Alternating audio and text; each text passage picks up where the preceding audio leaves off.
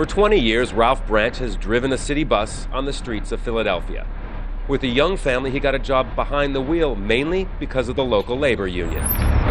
One of the reasons why I wanted to come to SEPTA and be a bus driver was they had a strong local. The union was always in the news. They were fighting for their membership. Ralph's now a union representative. We're hoping for a minimum of 20,000. I'm looking maybe 50,000 people out on the Parkway. But he's seen its influence wane with its membership. Unions get complacent. And a lot of times that power and whatnot, they expect other people to do things for them. They expect politicians because, the politicians come around, will you vote for me?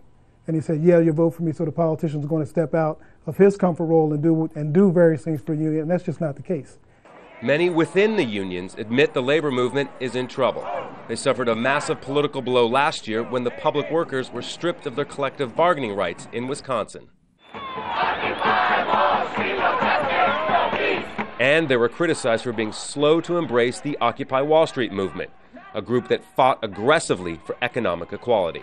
Now, some say to be more successful, unions must alter their relationship with power and be more robust in their dealings with the Democratic Party and big business. We have too many union leaderships that will seek accommodation, will backpedal, will apologize for, or not want to be forthright about defending what we have.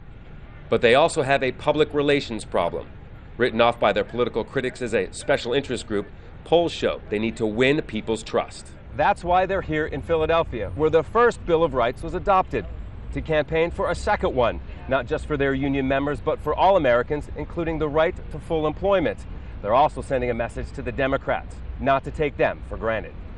The union's umbrella group is trying to widen its base, looking beyond their traditional strongholds in trade and manufacturing. Right now, we being the trade union movement, is the only voice out there talking for the middle class and talking for workers in a concentrated, full throttle way. Ralph says the union's number one job must be to loudly name and shame all politicians who don't back workers. America's one of the versions, I hate to use the word of a revolution, because people are being pushed into a corner, and as you push people further and further into a corner, as you cut more and more programs that people would have to survive on, they're going to react. He's hoping this action will be just the start. Scott Heidler, Al Jazeera, Philadelphia.